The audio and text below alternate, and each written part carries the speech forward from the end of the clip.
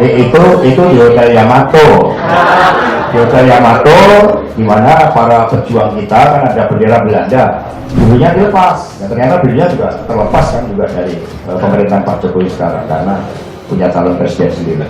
Itu arahnya perspektif historis menginspirasi masa kini dan akan merancang masa depan. Memutuskan Anies sebagai capres, Nasdem dipertanyakan etika berpolitiknya. PDIP ini kan sering melakukan statement-statement yang memiliki makna yang kurang bersahabat, kan? Strategi setiap partai, kedaulatan setiap partai punya kalkulasi politik sendiri. PDI tidak intervensi di situ. Hanya jangan sampai skala prioritas yang ditetapkan oleh Pak Jokowi kemudian bergeser sehingga kontestasi menjadi terlalu dini, apalagi kalau yang dicalonkan itu punya polisi yang berbeda dengan Pak Jokowi. Retak koalisi Jokowi, saya kira mestinya tidak, potensinya cukup besar dalam berjalan pemerintahan. Konteks kita mendukung Mas Anies itu kan untuk pemilu 2024, bukan konteks untuk mengganti pemerintahan sekarang. Jika langkah politik atau terobosan politik yang cukup berani dari Partai Nasdem ini kemudian membuat Presiden tidak nyaman, ya saya kira Presiden punya prerogatif ya. Saya semakin bangga menjadi kader PDI Perjuangan. Kenapa? Di situ kita diajarkan tentang kesabaran dibandingkan keinginan-keinginan pribadi-pribadi. Nasdem saya kira selama mendukung Jokowi tidak pernah aneh-aneh.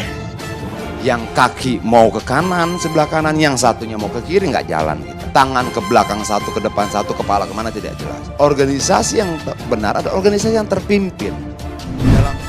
Partai Nasdem memang lebih awal mendeklarasikan Gubernur DKI Jakarta Anies Baswedan sebagai calon presiden. Sekretaris Jenderal PDI Perjuangan pun Hasto Kristianto angkat bicara mengenai etika politik sebagai partai pendukung pemerintah. Hasto mengatakan sebagai pengusung Presiden Joko Widodo dan Pak Ma'ruf Amin punya tanggung jawab untuk memastikan keberhasilan pemerintahan sampai masa jabatan berakhir. Kita punya tanggung jawab sebagai parpol pengusung Pak Jokowi memastikan keberhasilan Pak Jokowi sampai akhir jabatan beliau. Dan komitmen itulah yang seharusnya menjadi bagian dari etika politik, ujar Hasto di Jakarta Kamis 6 Oktober. Lebih lanjut, Hasto enggan menanggapi sikap partai politik lain terkait pencapresan. PDIP punya skala prioritas yang berbeda dengan Nasdem. Bukan kapasitas kami untuk menanggapi soal partai politik lain dengan pencalonan Pak Anies. Itu silahkan ke Nasdem, itu kan keputusan Nasdem. Untuk PDIP, skala prioritas saat ini adalah turun ke bawah membantu rakyat.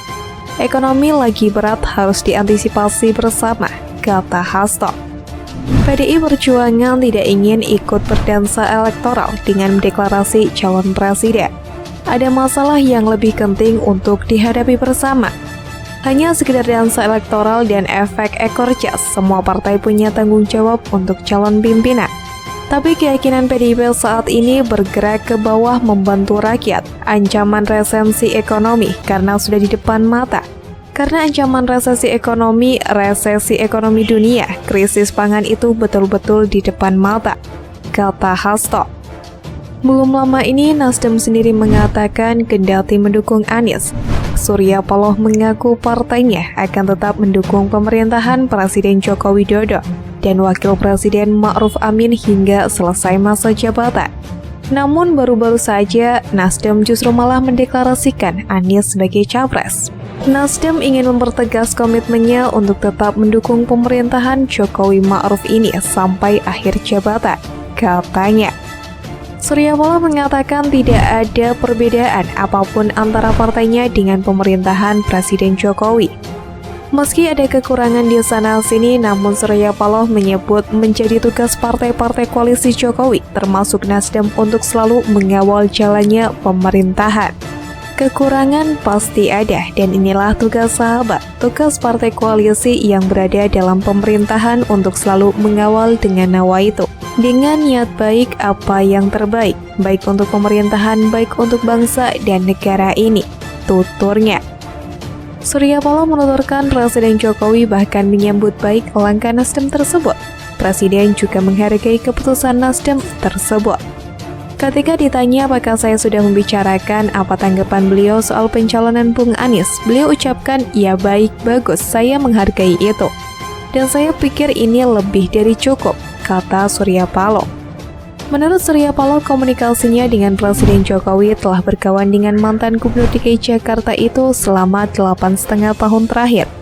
Surya Paloh bahkan mengeklaim dirinya menjadi salah satu orang yang paling dekat dengan Presiden Joko Widodo.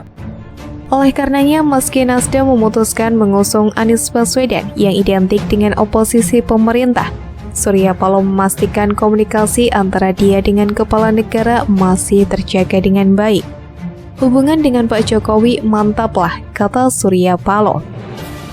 Direktur Eksekutif Institute for Democracy and Strategic Affairs atau Indostrategis, Ahmad Khairul Umam menilai upaya Nasdem mengusung Anies Baswedan sebagai capres bukan tanpa resiko. Menurut Umam, langkah tersebut mengancam 3 menteri Nasdem di Kabinet Indonesia Maju. Potensi resiko yang paling besar adalah ancaman reshuffle 3 menteri Nasdem di pemerintahan, kata Umam kepada Kompas.com Senin 3 Oktober. Adapun 3 menteri Nasdem yang kini menjabat di kabinet yakni Menteri Komunikasi dan Informatika atau Menkominfo Johnny G. Plate, Menteri Pertanian Syahrul Yassin Limpo, serta Menteri Kehutanan dan Lingkungan Hidup atau LHK Siti Nurbaya Bakar.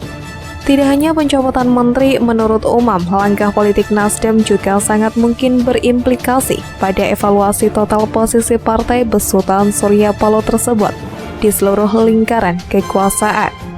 Lebih lanjut, terbuka kemungkinan terjadinya kriminalisasi dan pengembosan kekuatan politik Nasdem jelang 2024. Semua itu, kata Umam, tidak lepas dari posisi politik Anies yang notabene oposisi pemerintahan kini. Nama Anies disinyalir berlawanan dengan lingkaran kekuasaan, kata dosen Universitas Paramadina tersebut. Sementara itu, analis politik Foxpol Center Research and Consulting, Pangi Sarwi Caniago sempat mengatakan Nasdem seharusnya mundur dari koalisi pemerintahan Presiden Jokowi jika harus mengusung Anies sebagai capres atau berkoalisi dengan Demokrat dan PKS pada pemilu 2024. Demokrat dan PKS merupakan partai di luar pemerintahan. Menurut Pangi, jika berkongsi dengan oposisi secara etika politik, Nasdem harus menarik diri dari kabinet.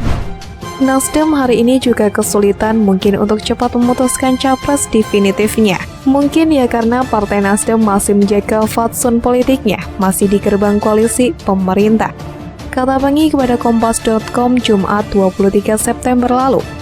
Pangi berpendapat situasi ini menjadi beban tersendiri buat Partai Nasdem. Nasdem dinilai belum sanggup menarik 3 menterinya dari kabinet karena langkah itu bisa berpengaruh pada eksistensi mereka pada pemilu mendatang. Ini mungkin dilema kebatinan yang dialami Nasdem, ujar Pangi.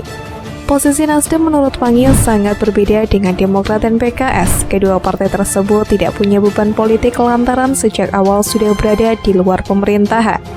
Meski sulit, Pangi menduga Nasdem tetap akan bekerja sama dengan Demokrat dan PKS. Ini karena keinginan besar Nasdem untuk mengusung Anies Baswedan sebagai capres. Jika Nasdem bergabung dengan koalisi PDIP atau Gerindra, maka mustahil partai tersebut dapat mengusung Anies. Sebab PDIP dipastikan akan mengusung kadernya sendiri antara Puan Maharani atau Ganjar Pranowo. Pun Gerindra bakal mencalonkan Prabowo Subianto. Nasdem kan bisa kita rasakan posisi sebagai the ruling party sedikit banyaknya menyulitkan untuk mengusung Anies, kata Pangi lagi. Dengan memilih Anies Baswedan, Nasdem juga beresiko mendapatkan persepsi dari masyarakat seperti simbol yang direpresentasikan Anies Baswedan. Warna politik Nasdem yang dulunya adalah partai nasionalis moderat juga menjadi berubah di mata masyarakat. Perubahan warna ini nampak jelas ketika hasil survei menunjukkan persepsi negatif terhadap Nasdem bertambah dan kantong suara di Indonesia Timur menurun. Belum lagi beberapa tokoh pendukungnya kemudian memilih untuk mengundurkan diri karena tidak setuju Partai Nasdem mencalonkan Anies. Sampai saat ini resiko penurunan dukungan pada Nasdem nampaknya semakin besar. Pemilih tradisional Nasdem nampaknya gerah harapan mendapatkan limpahan dukungan dari pemilih yang mendukung Anies.